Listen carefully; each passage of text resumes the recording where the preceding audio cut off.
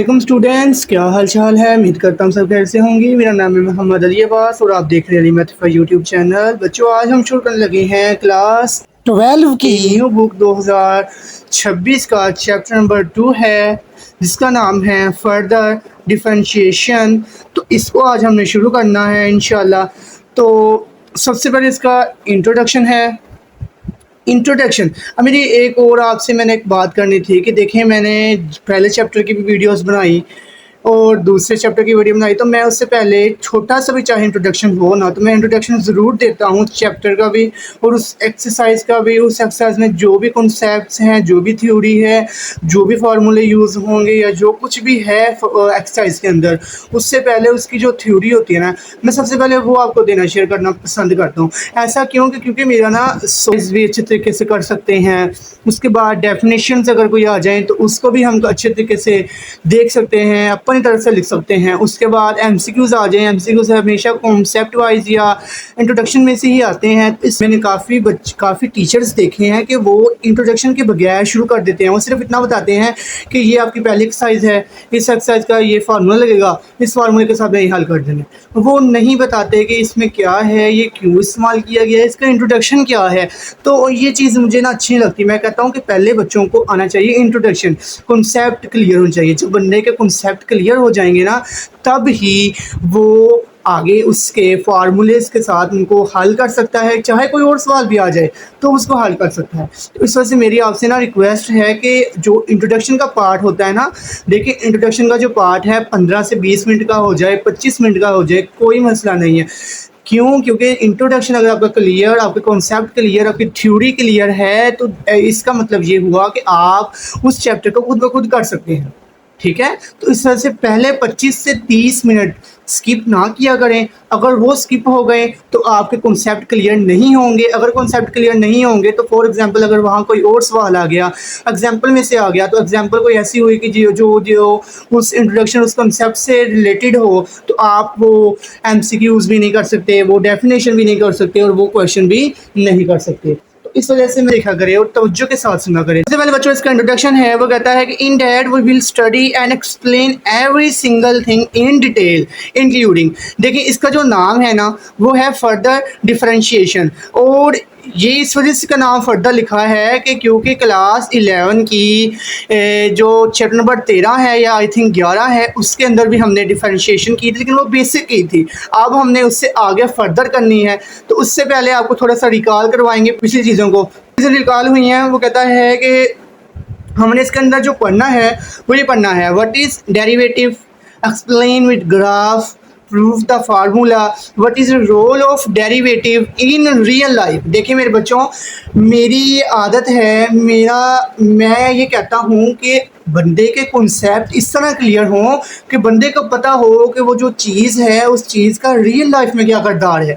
बहुत से स्टूडेंट्स हैं, बहुत से लोग हैं, इवन के टीचर्स भी ऐसे हैं कि जो कहते हैं कि ये सवाल, ये फार्मूले, क्योंकि मैंने काफ़ी बार देखा है कि मेरी अपनी क्लास के अंदर मेरे जो क्लास फेलोज़ हैं ना, वो टीचर से ये सवाल वैसे ही मजाक के तौर पर पूछते हैं कि टीचर, ये जो आप हमें समझा रहे हैं इसका रियल लाइफ में क्या किरदार है, ये रियल लाइफ में कहाँ इस्तेमाल होते हैं। तो आगे से टीचर क्या जवाब देता है? टीचर ये कहता है कि बेटा मैंने पीएचडी कर लिया, मैंने ये कर लिया, मैंने फलां कर लिया, लेकिन मुझे भी अभी तक पता नहीं चला कि इसका रियल लाइफ में क्या किरदार है।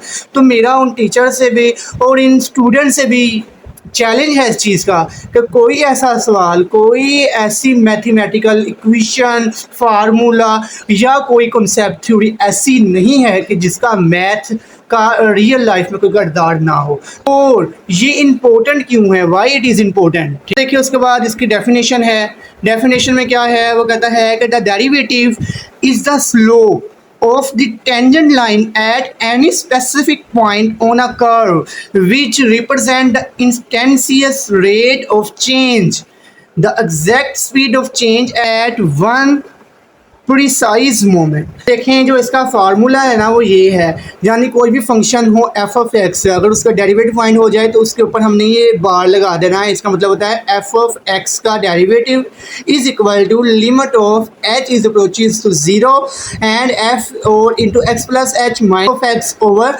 एच। अब देखिए हमने इसका ना जो फार्मूला ये जो मैंने आपको अजीब सा बताया है, इस फार्मूले का हम ना ग्राफ के थ्रू क्या करेंगे, प्रूफ करेंगे कि ये फार्मूला बिल्कुल यही बनता है।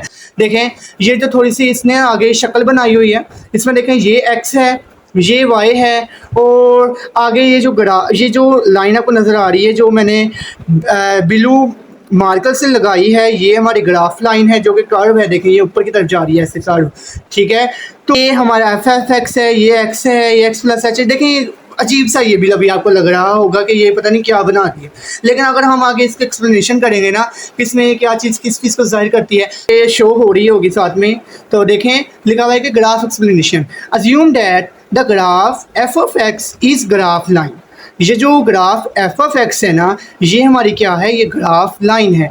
In which X is the first point, ये जो एक्स आपको नज़र आ रहा है ना वो x है हमारा first point, and the height of a graph is f of x, और जो हमारी हाइट है वो क्या है, एफ ऑफ एक्स है। देखें ये हमारा फर्स्ट पॉइंट है, ये जो एफ एफ एक्स है ये हमारा फंक्शन है। कोई फंक्शन ले लें, हमें उसने ये नहीं कहा कि ये फंक्शन को स्पेसिफिक है, उसने कहा कोई भी फंक्शन हो उसके अंदर पहला पॉइंट x है और दूसरा जो y वाला पॉइंट है वो क्या होना चाहिए, एफ ऑफ एक्स होना चाहिए। देखें ये p है, ये x है, ये एफ ऑफ एक्स, यानी कि ये जो हमारा पहला पॉइंट है वो यहाँ पे हो रहा है। इसको अगर हम लाइन देखें ऐसे मिलेगा, ये x की लाइन और ये एफ ऑफ एक्स की लाइन, तो ये हमारा क्या हो गया, पहला पॉइंट हो गया। और वो कह रहा है the some distance of h, कुछ फासले के बाद the second point is x plus h. देखें जो कुछ थोड़ा सा फासला h का है दोनों के दरमियान में, h के फासले के बाद जो दूसरा पॉइंट है वो क्या है, x plus h. x plus H यानी कि x से कुछ फासले पर वो जो फासला वो क्या है, h है, तो इसका जो पॉइंट होगा वो क्या होगा, x प्लस एच होगा। तो देखें दूसरा पॉइंट हमारे पास x प्लस एच हो गया, तो जो इसकी हाइट होगी वो क्या होगी, F of x plus H. क्यों, क्योंकि देखें जो सिंपल x था उसकी जो हाइट थी वो एफ ऑफ एक्स थी, तो इसकी जो हाइट होगी वो क्या होगी, F of x plus H. तो मैंने देखें इसे इधर लगा दिया कि वो जो दूसरा पॉइंट है वो यहाँ है ऐसे, ठीक है।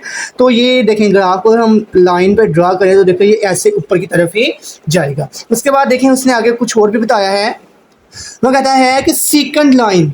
अब सेकंड लाइन क्या होता है ये भी आपको समझने के लिए ज़रूरत है। Second line the line which make these two point together, जो वो लाइन, वो सीधी लाइन जो इन दो पॉइंट्स को आपस में जोड़े, is called the second line, जिसे स्लोप भी कहते हैं मेरे बच्चों। अब देखें ये सेकंड लाइन इनमें से कौन सी है, हमने ऊपर डिस्कस किया है कि वो क्या कह रहा है कि जो लाइन इन दो पॉइंट्स को आपस में जोड़े। तो देखें ये लाइन मैंने ब्लैक मार्कर से लगाई है, इस लाइन को मैंने कह दिया कि ये क्या है, हमारी सेकंड लाइन है। तो देखें ये इन दोनों पॉइंट्स को आपस में जोड़ रही है, तो जो लाइन इन दोनों पॉइंट्स को आपस में जोड़े उसे सेकंड लाइन या स्लोप कहते हैं, ठीक है बच्चों। तो ये हमारी क्या होगी, स्लोप लाइन हो गई। तो उसके बाद हमें स्लोप का फार्मूला पता है, शुरू से पढ़ते आ रहे हैं, वो क्या है, change in y over change in x। Slope बराबर होता है change in y over change in x। अब देखिए चेंज इन y यानी कि इसमें जो चेंजिंग हुई है, देखिए जो हमारा पहला पॉइंट था जो y की लाइन पे, ये हमारा y है ना, तो y में देखिए पहला पॉइंट वो हमारा ये है और दूसरा पॉइंट हमारा क्या था, ये था। तो दोनों में चेंज क्या होगा, यानी कि हमने x प्लस एच को माइनस कर देना, किस में से, x में से, F of x plus H minus F of X आ जाएगा। और चेंज इन एक्स मीन्स क्या होगा कि एक्स पे लीजिए, देखिए एक्स पे दो पॉइंट है, एक एक्स है और एक क्या है, एक्स प्लस एच है, तो इन दोनों में डिफरेंस फाइंड कर लेना है, तो वो हमारा क्या होगा, स्लोप लाइन होगी। देखिए आगे वही चीज़ की है, स्लोप बराबर आ गई F of x plus H minus F of X over x plus H minus x. तो देखिए F of x plus H minus F of x ये सेम एज इट इज़ आ जाएगा, और नीचे देखें ये एक्स एक्स से क्या हो जाएगा, कैंसिल हो जाएगा। तो जो हमारी स्लोप लाइन आई वो क्या आई, F of x plus H और minus F of X over H आ गई, ठीक है। देखिए आगे क्या कह रहा है कि when we showed the distance between this point h, इसका मतलब क्या है कि अगर हम उसके दरमियान का जो फासला है इसको कम करते जाएं, यानी कि जो एच की वैल्यू है वो कम करते जाएं, छोटी करते जाएं, then this second line approximately become tangent line. अब टेंजेंट लाइन क्या होता है, ये आगे हमने इसको डिस्कस किया है डिटेल के साथ। तो टेंजेंट लाइन बेसिकली हमारा डेरिवेटिव होता है, थोड़ा सा समझा देता हूँ मोटा मोटा सा, लेकिन आगे हम इसको डिटेल के साथ पढ़ेंगे, ठीक है बच्चों। वो कहता है कि when we show the distance, देखें अगर हम इस डिस्टेंस को, ये देखें ये डिस्टेंस है हमारा दोनों के दरमियान में, अगर इसको हम छोटा करते जाएं, यानी कि ये h यहाँ तक था, इसको यहाँ तक ले आए, फिर यहाँ तक ले आए, फिर यहाँ तक, तो ये पॉइंट्स भी यहाँ से यहाँ तक आते जाएंगे, और एक लम्हा ऐसा आएगा कि ये पॉइंट यहाँ तक आ जाएगा। लेकिन आगे मैंने एक और चीज़ आपको बताई है कि देखें, and the x plus h is approximately equal to x, यानी कि वो x प्लस एच जो है ना, वो जो दूसरा पॉइंट है वो x की तरफ अप्रोच करता जाएगा, but not equal to x। लेकिन x प्लस एच x के इक्वल नहीं होगा बच्चों, ये बात याद रखिए। क्यों? Because when the distance of h is equal to 0, यानी कि अगर हम दोनों के दरमियान का फासला 0 कर दें, यानी कुछ भी नहीं होगा। इसका मतलब क्या होगा कि पहला पॉइंट है, दूसरा पॉइंट है, दूसरा पॉइंट है, पहला पॉइंट है, तो इससे क्या होगा, हमारा जो स्लोप है वो अनडिफाइंड हो जाएगा। क्यों? क्योंकि देखें जो हमारा स्लोप का फॉर्मूला में अभी हमने डिराइव किया है वो क्या है कि उसके नीचे h है, जब h 0 हो जाएगा तो इसका मतलब क्या होगा, something over h is equal to क्या हो जाएगा, अनडिफाइंड हो जाएगा, क्योंकि हम डिफाइन नहीं कर सकते नीचे अगर 0 आ जाए, तो something over 0 is equal to undefined. ठीक है बच्चों, तो इस वजह से हमने h को इज इक्वल टू 0 नहीं रखना, बल्कि h को अप्रोक्सीमेटली इक्वल टू 0 रखना, यानी h 0 नहीं होगा। ठीक है, इसका मतलब क्या हुआ, देखें ग्राफ से देखते हैं। देखें जब h बिल्कुल x के करीब आ जाएगा, यानी कि ये जो x प्लस एच है ये बिल्कुल यहाँ आ जाएगा x के करीब, बहुत ज़्यादा करीब, कि हम ये नहीं पहचान सकेंगे कि x से कितने फासले पर है अगर हमारे पास माइक्रोस्कोप नहीं होगा। तो इसका मतलब क्या होगा, ये पॉइंट बिल्कुल इसके सामने यहाँ पे आ जाएगा और ये पॉइंट इसके सामने आ जाएगा। तो ये जो हमारी स्लोप लाइन है ये भी हमारी कम होती जाएगी, तो कम होते होते ये ऐसे हो जाएगी, देखिए बिल्कुल ऐसे, मतलब छोटी सी एक लाइन हो जाएगी। तो ये जो लाइन होगी ये हमारी क्या होगी, टेंजेंट लाइन होगी, और इसी टेंजेंट लाइन को हम डेरिवेटिव भी कहते होते हैं। वो आगे हम करते हैं इसके फर्दर। देखें टेंजेंट लाइन क्या होता है, tangent line is the flat line which only touch the graph only on one point, यानी जो सेकंड लाइन होती है वो क्या करती है, 2 पॉइंट्स पर टच करती है, लेकिन जो टेंजेंट लाइन होती है वो सिर्फ एक पॉइंट पे ही टच करती है। So this tangent slope is called the derivative of the graph. अच्छा, अब आपको मैं थोड़ी सी ना इस ग्राफ की विजुअलाइजेशन, इस ग्राफ की ना आपको थोड़ी सी एनिमेशन दिखाऊंगा कि ग्राफ को कैसे कम करने से एच का फासला कम होगा और टेंजेंट लाइन भी कम हो जाएगी, सेकंड लाइन कम होकर स्लोप कम होएगा, तो इससे हमारा टेंजेंट लाइन क्या बनेगा। देखो ये मैंने ग्राफ की एक एनिमेशन बनवाई थी AI से, तो ये देखें इधर, ये देखो ये Y वाली लाइन है, ये X वाली लाइन है, और ये देखें जो आपको रेड कलर की लाइन नज़र आ रही है ये हमारी सेकंड लाइन है, और ये जो ग्रीन कलर की लाइन आपको नज़र आ रही है ये हमारी क्या है, ये है हमारी टेंजेंट स्लोप है। तो देखें अगर मैं इसका जो डिस्टेंस है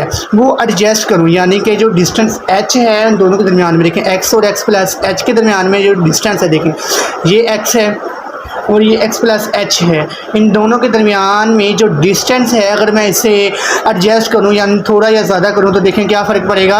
अगर h ये देखें पहले है 4.50 पर, तो आगे अगर मैं देखें इसको अगर छोटा करूंगा तो देखें इसे मैं छोटा कर रहा हूँ, ये देखें छोटा कर रहा हूँ, देखें मैंने इतना छोटा कर दिया कि ये कितना हो गया, तकरीबन बराबर हो गया किसके, 0 के। देखें 0 के बराबर नहीं होता, मैंने बताया था आपको कि वो क्या आएगा 0.02 होगा, यानी कि अभी भी कुछ फासला है दोनों के दरमियान में, इसके और इसके दरमियान में अभी भी फासला है, लेकिन हमने यही समझना है कि ये अप्रोच कर गया है x की तरफ, यानी hx की तरफ क्या हो गया है, अप्रोच कर गया है। देखें अगर मैं इसका डिस्टेंस ज़्यादा कर दूँ तो ज़्यादा करने से देखें हमें नज़र आ रहा है कि जो इसका सेकंड स्लोप है वो क्या आ रहा है, 2.08 आ रहा है।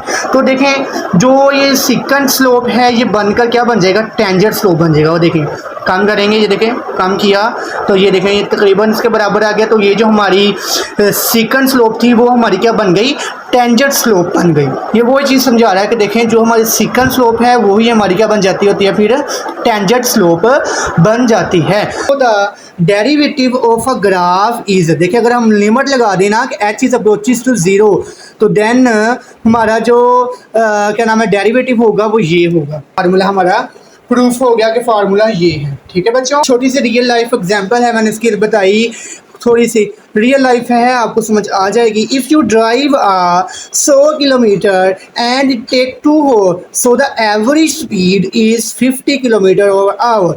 तो ये हमें कैसे फाइंड हुई? ये हमें स्लोप लाइन से फाइंड हुई। देखें जो एक्स एक्सिस पर कर दिया रिप्रेजेंट, और जो डिस्टेंस है यानी जो ट्रेवल किया है वो यहाँ पे आ जाएगा। ठीक है, 50, 100, 150 और 200 किलोमीटर। अब देखें जो हमारे पहले जब शुरू हम हुए थे तो हमारा फासला भी ज़ीरो था और टाइम भी ज़ीरो, तो ज़ीरो से शुरू होकर देखें ऐसे थोड़ी सी कर्व लाइन बनेगी, ये ऊपर की तरफ जाएगी।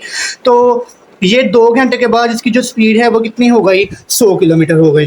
तो हमारे स्लोप का फॉर्मूला बताया है कि चेंज इन वाई और चेंज इन एक्स आ जाएगा। तो चेंज इन वाई का मतलब क्या है कि 100 माइनस 0, और चेंज इन वाई एक्स का मतलब क्या है? 2 माइनस 0, यानी कि 2 में से इसके स्टार्टिंग पॉइंट और एंडिंग पॉइंट को हमने क्या कर देना है? माइनस कर देंगे। तो देखो 100 में से 0 निकालें, क्या आ गया? 100 आ गया, और 2 में से 0 निकालें तो क्या आएगा? 2 आएगा। 100 जो हमारी स्लोप होगी वह क्या होगी? 50 किलोमीटर/आवर। यानी कि हमने एवरेज जो स्पीड निकाली, एवरेज हमने जो सफ़र किया है ना, वो इतने फासले पर इतने घंटे, यानी 50 किलोमीटर फासला हमने 1 घंटे में तय किया। तो but it does not tell you how fast you are going at the 1 hour। कहता है कि ये वो ये नहीं बता सकता कि जब हम 1 घंटा हमारे सफ़र को हो गया था तो तब हमारी एग्जैक्ट स्पीड क्या थी। क्यों? क्योंकि हम एग्जैक्ट स्पीड इस तरह नहीं मालूम कर सकते कि अगर 100 किलोमीटर 2 घंटे में है तो 1 घंटे में 50 किलोमीटर ही होगा।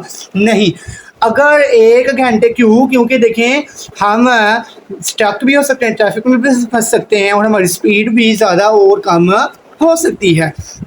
तो इसके लिए but the derivative tell you the exact speed after 1 hour। तो ये डेरिवेटिव ही है जो कि हमें एग्जैक्ट स्पीड बताता है। इसी तरह जब हमें मुनाफा होता है किसी बिजनेस में या लॉस होता है तो उस एग्जैक्ट टाइम का अगर हमने फाइंड करना हो, एवरेज तो हमने फाइंड कर सकते हैं स्लोप के ज़रिए, लेकिन अगर हमने एग्जैक्ट फाइंड करना हो कि उस दिन या इस वक्त कितना ज़्यादा हुआ या कितना कम हुआ, तो वो किससे फाइंड होगा? वो डेरिवेटिव से फाइंड होगा।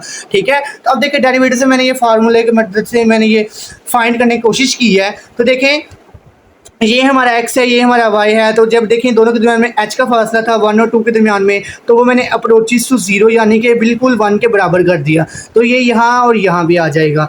अब देखो फार्मूला में बताया वो ये है, तो क्या करेंगे? Suppose that the distance is f of x covered by your car. अब हमने क्या करना है, एक और बात आप याद रख लीजिए। देखिए आपको एक ही चीज़ में कितनी बातें याद करने को और समझने को मिल रही है कि अगर कोई भी रियल लाइफ हमारे पास कोई भी प्रोजेक्ट हो, हम उसे मैथमेटिकल में कन्वर्ट करके फिर ही सोल्व आउट करेंगे। तो हमने इस वजह से इसको इस तरह सोल्व आउट करना है। देखिए सपोज दैट द डिस्टेंस, हमने इसको फंक्शन की फॉर्म में लेके चले जाना है, क्योंकि हमारा जो फार्मूला है वो सिर्फ फंक्शन को ही हल कर सकता है। तो इस वजह से इसको हम फंक्शन की हद में लेके जाएंगे। वो क्या कर रहा है कि suppose that the distance is f of x covered by your car at any time x, so the function is f of x is equal to 25x का स्क्वायर। अब ये फंक्शन कैसे बना? अब ये चीज़ें भी आपको समझाई गई थी 9, 10, 11, 12 में कि फंक्शन कैसे बनाया जाता है। कोई भी हमें स्टेटमेंट मिल जाए तो उससे हम फंक्शन बना सकते हैं। तो अब वो फंक्शन कैसे बनेगा? बट हाउ, लेकिन कैसे? ये फंक्शन कैसे बना?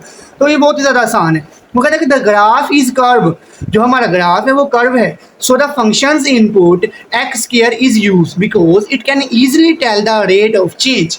कहता है कि जो कर्व ग्राफ होता है ना, उसके लिए हम ना जो हमारी इनपुट होती है, इसमें देखिए इनपुट हमारी एक्स है, तो जो हमारी इनपुट होती है ना उसके ऊपर हम स्क्वायर ले लेते हैं। तो स्क्वायर लेने से ना हमें वो इजीली ना रेट ऑफ चेंज यानी कि कर्व लाइन में हमें वो शो करवा देगा उसका ग्राफ। ठीक है, इस वजह से x का स्क्वायर आया। इसके बाद as we now that f of x is equal to total distance covered by a car, वो कितना है? 100 किलोमीटर। और x क्या है? x is the total time taken to cover the distance is equal to 2। तो अब देखें f of x is equal to c x का स्क्वायर। इसमें जो सी है ये कॉन्स्टेंट है। अब आप कहेंगे कि कोई अगर फंक्शन ऐसे भी तो होता है कि जिसमें ऐसे होता है F of x is equal to x की 3 या एक्स की 4 या जमा कुछ भी हो, तो इसके साथ कोई कांस्टेंट नंबर नहीं है। तो देखें इसके साथ भी एक है कांस्टेंट नंबर। तो ये जो एक है ये हमारा क्या होगा? कांस्टेंट नंबर होगा। तो हर एक में एक कांस्टेंट नंबर लाजमी होता है। इसका हम कांस्टेंट नंबर फाइंड करेंगे, वो क्या है? 1 है, 2 है, क्या है? तो देखें एफ ऑफ एक्स की जगह 100 लगा देंगे, एक्स की जगह पे 2 लगा देंगे तो 2 का square is equal to 4, 4c is equal to 100। तो ये मल्टीप्लाई करके डिवाइड 100/4 क्या हो जाएगा 25 हो जाएगा, यानी कि जो हमारा c है वो 25 आ जाएगा। तो देखें जहाँ c है वहाँ 25 लगा देंगे तो हमारा जो फंक्शन बना वो क्या बना f of x is equal to 25x का स्क्वायर। अब फर्स्ट प्रिंसिपल जो आपने 11 क्लास में किया था 12वें चैप्टर में, ये बेसिक था।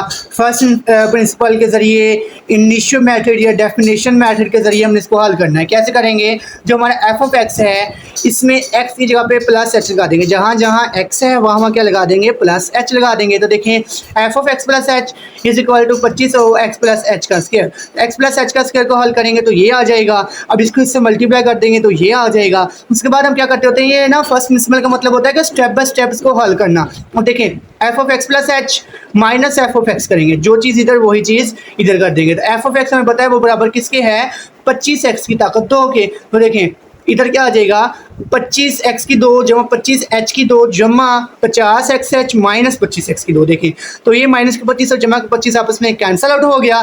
तो क्या जवाब आया 25h की 2 जमा 50x ऑफ h। अब देखें हमें नीचे 4 भी चाहिए क्योंकि हमारा जो फार्मूला है वो इस तरह की शक्ल में है, नीचे h चाहिए तो दोनों तरफ h से डिवाइड कर देंगे। इधर से क्या चीज़ कॉमन आ गई h कॉमन आ गया तो h कॉमन ले लेंगे, आगे आगे बचा 25h जमा 50x आ गया ओवर h से h क्या हो गया कैंसिल हो गया।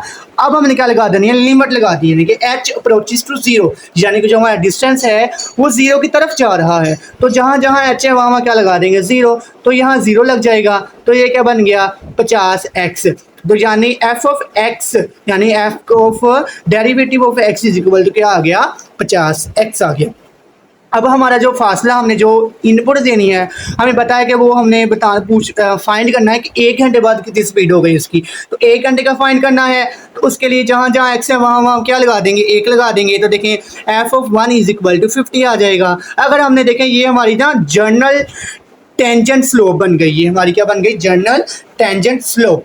तो यानी इसके ज़रिए हम जहाँ मर्ज़ी का कुछ भी फाइंड कर सकते हैं, यानी कि अगर हम एक्स की जगह पे 0.30 ओवर लगा दें 0.1 लगा दें 0.2 लगा दें तो हमें ये एग्जैक्ट उस टाइम की स्पीड बता देगा कि उस टाइम इसकी स्पीड कितनी थी। तो यही डेरिवेटिव का फ़ायदा होता है कि ये हमें एग्जैक्ट स्पीड बताता है और जो स्लोप होता है वो हमें एवरेज बताता है। ठीक है बच्चों, रिव्यू ऑफ डिफरेंशिएशन बेसिक्स जो हमने 11वीं क्लास में इसकी बेसिक्स पढ़ी थी, power rule, constant rule, multiple rule, quotient rule, ये सब कुछ हम थोड़ा सा रिकॉल करेंगे क्योंकि ये सब कुछ इधर भी इस्तेमाल होगा।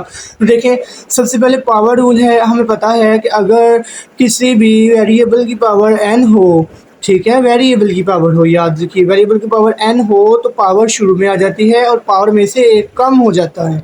ठीक है बच्चों, पावर शुरू में और पावर में से एक कम। उसके बाद अगला है कांस्टेंट रूल। कांस्टेंट रूल क्या होता है कि अगर कोई भी रियल नंबर यानी कोई भी गिनती अकेली हो साथ में वेरिएबल ना हो तो हमेशा उसका जवाब क्या आता है 0 आता है। ठीक है बच्चों, उसके बाद अगला है कांस्टेंट मल्टीपल रूल, यानी कि अगर हम कांस्टेंट को उससे मल्टीप्लाई करें किसी वेरिएबल से तो फिर क्या जवाब आएगा, तो वो जो कांस्टेंट होगा वो हमारे जो डेरिवेशन है उसके बाहर आ जाएगा और ये जो u है सिर्फ इस अकेले का ही हमने क्या ले लेना है डेरिवेटिव ले लेना है। उसके बाद बच्चों आगे है sum and difference rule. Sum and difference rule क्या है कि अगर कोई दो वेरिएबल आपस में जमा या माइनस हो रहे हों तो फिर क्या करेंगे, सिंपल दोनों का अलग अलग डेरिवेशन ले लेंगे। D of X over D of Z आ जाएगा, D of Y over D of Z आ जाएगा। ठीक है बच्चों, उसके बाद अगला है प्रोडक्ट रूल। प्रोडक्ट रूल क्या है, वो कहता है कि अगर कोई दो वेरिएबल्स आपस में ज़रब हो रहे हों तो फिर कैसे लेना है। इसकी ट्रिक है कि पहली रकम एज इट इज़, दूसरे रकम का डेरिवेटिव प्लस दूसरी रकम एज इट इज़ पहली रकम का डेरिवेटिव, इसको इस तरह याद रखें। ठीक है, उसके बाद अगला है क्वोशंट रूल। क्वोशंट रूल अगर वो दो वेरिएबल आपस में डिवाइड हो रहे हों तो फिर कैसे आएगा, नीचे वाली रकम का आपने स्क्वायर ले लेना है, फिर नीचे वाली रकम एज इट इज़, ऊपर वाली रकम का डेरिवेटिव माइनस, इसमें देखिए जमा आएगा प्रोडक्ट में और क्वोशंट में माइनस आएगा, माइनस ऊपर वाली रकम एज इट इज़ नीचे वाली रकम का डेरिवेटिव। इसको आपने इस तरह याद रखना है। डेरिवेटिव ऑफ ट्रिग्नोमेट्रिक फंक्शन, अगर डेरिवेटिव साइन एक्स का हो तो इसका जवाब कोस एक्स आएगा, ये बात याद रखना। करके, साइन का उल्ट कोस। अगर डेरिवेटिव ऑफ कोस एक्स हो तो उसका जवाब माइनस साइन एक्स आएगा, ये बात याद रखें बच्चों। उसके बाद अगर डेरिवेटिव ऑफ टेन एक्स हो तो उसका जवाब सीकेंड ऑफ एक्स स्क्वायर आएगा, क्या आएगा, सीकेंड ऑफ एक्स स्क्वायर। उसके बाद साइन का उल्ट होता है कुछ सीकेंड, अगर हमको सीकेंड का डेरिवेटिव ले तो उसका जवाब आएगा कुछ second of x multiply by cot of x. इसको अब याद करना पड़ेगा, जाहिर सी बात है जितने भी फार्मूले हैं वो याद करेंगे तो फिर ही आएंगे। और याद कैसे करेंगे, आपको साथ साथ इनकी प्रैक्टिस करनी पड़ेगी। और जो सीकेंड एक्स है, सीकेंड एक्स की जो डेरिवेटिव होगा वो क्या होगा, सीकेंड एक्स और टेन एक्स होगा।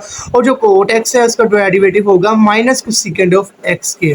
ठीक है बच्चों, ये बात आपने याद रखनी है। माइनस सिर्फ दो रकमों के साथ ही है, बाकी सबके साथ प्लस है, ये भी याद रखिएगा। जो आगे इस चैप्टर का इम्पोर्टेंट और मोस्ट फेमस जो रूल है ना वो ये है कि द चेन रूल, ये याद रखिएगा, ये आपको बहुत आगे काम आएगा और बहुत ज़्यादा जगहों पे तकरीबन ये इस्तेमाल होगा। ठीक है, ये क्या होता है, वो कहता है यू यूज़ इट, हम चेन रूल को तब यूज़ करते हैं when one function is inside other function, यानी कि जो एक फंक्शन है वो दूसरे फंक्शन के अंदर फंसा हुआ हो।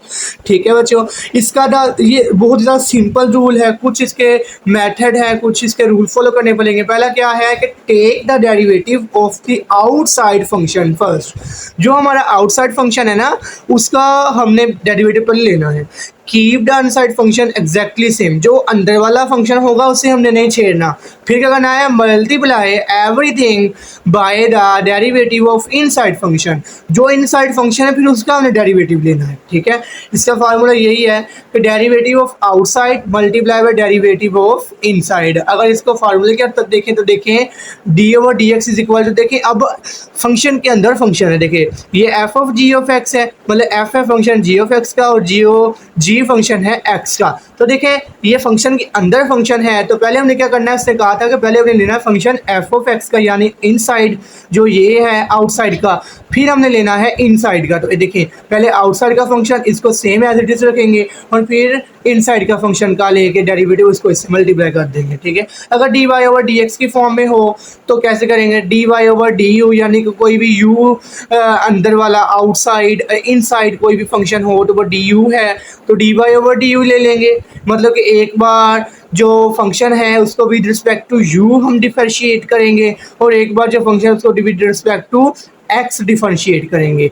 ठीक है बच्चों, इसकी एग्जांपल्स हैं कि देखें जैसे 5x + 4 की ताकत 3 है, तो देखें एक बार ये जो फंक्शन है y इज इक्वल टू अंदर कुछ भी हो उसकी ताकत 3 है, ये एक फंक्शन है और एक अंदर भी फंक्शन है, देखें 5x + 4। इसी तरह देखें y is equal to 1/3x + 1, y is equal to sine of 4x। अगर साइन ऑफ x होता तो सिर्फ ये एक ही फंक्शन था, लेकिन ये क्या है, ये है साइन ऑफ 4x।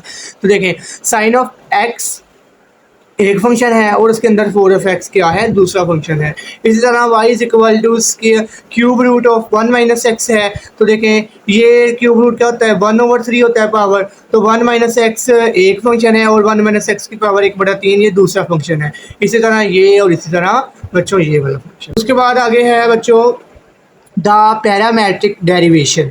अब पैरामेट्रिक डेरिवेशन क्या होता है, वो कहता है कि it is a slope of a curve, ये स्लोप है कर्व ग्राफ की, when the horizontal position x and vertical position y is controlled by a third variable usually time t। ये बहुत ज़्यादा इंपॉर्टेंट है। पैरामेट्रिक डेरिवेशन क्या होता है कि जिसमें x और y डायरेक्टली एक दूसरे के ऑपोजिट या एक दूसरे के साथ नहीं होते, बल्कि इन दोनों को एक थर्ड वेरिएबल कंट्रोल करता है, जिससे हम ज़्यादातर टाइम ही लेते हैं। वो कैसे कि देखें अगर टाइम कम होगा तो वेरिएबल ऊपर को जाएगा कि नीचे को जाएगा, मतलब कि हर एक चीज़ को टाइम ही कंट्रोल कर रहा है और ये रियल लाइफ में कंट्रोल टाइम ही कर रहा है हर एक चीज़ को।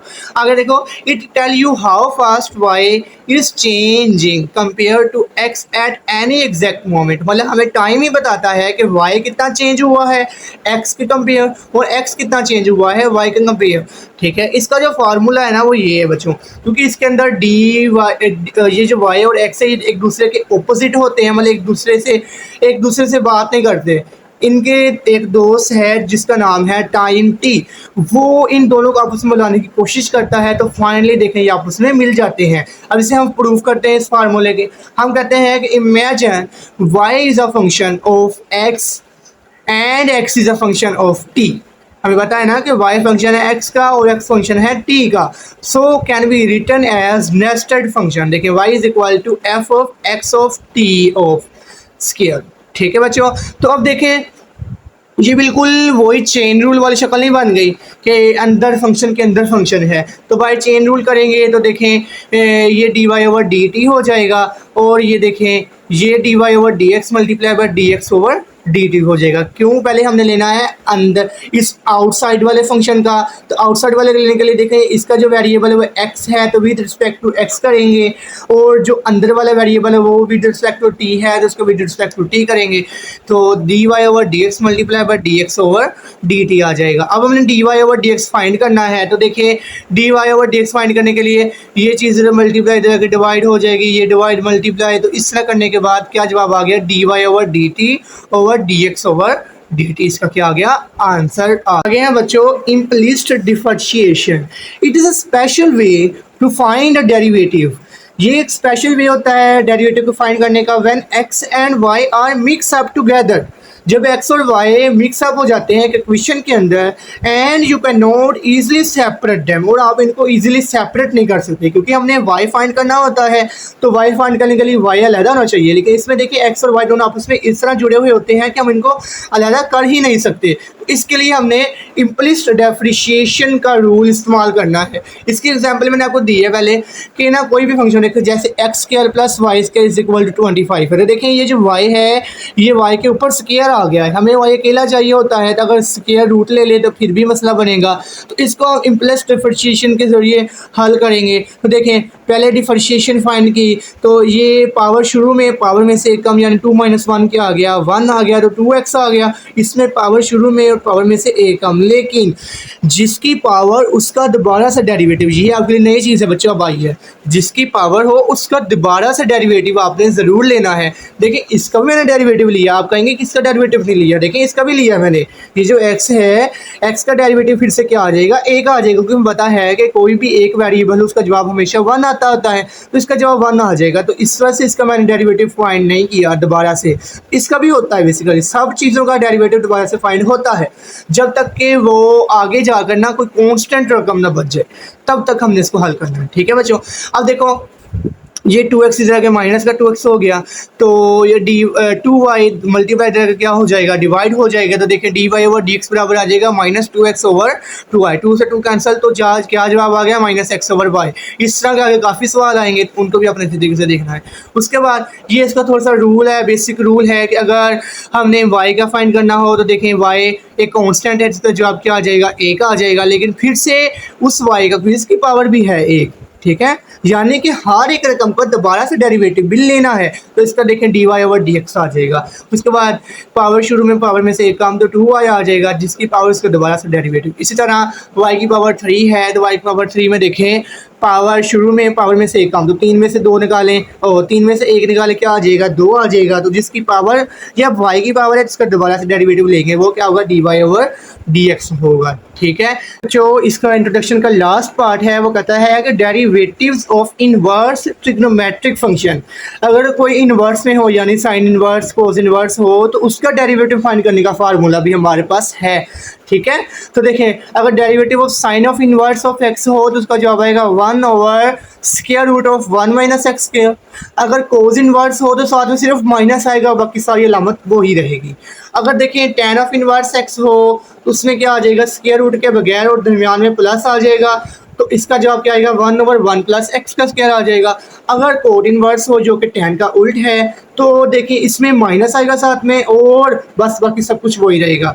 तो ये देखो कितना आसान है कि इसमें फार्मूला वही है, इसी फार्मूले के साथ माइनस, इसमें देखिए फिर से फार्मूला वही है, अगले के साथ फार्मूले में माइनस, इसी तरह जिससे उससे अगला भी इसी तरह ही है। सीकंड ऑफ इनवर्स एक्स मालूम करना है तो ये बराबर है 1 ओवर एक्स की absolute over x square minus 1, और जो दूसरा है उसमें साथ में सिर्फ माइनस आएगा, बाकी सारी अलामत एज इट इज़ रहेगी। यानी कि अगर आप सिर्फ 3 फार्मूले ही याद कर लें तो आपके 6 फार्मूले हो जाएंगे। इसी के साथ मुझे इजाज़त दीजिए, हम एक्सरसाइज 2.1 अगली वीडियो में शुरू करेंगे। इसी के साथ मुझे इजाज़त दीजिए, अल्लाह हाफिज़, शुक्रिया।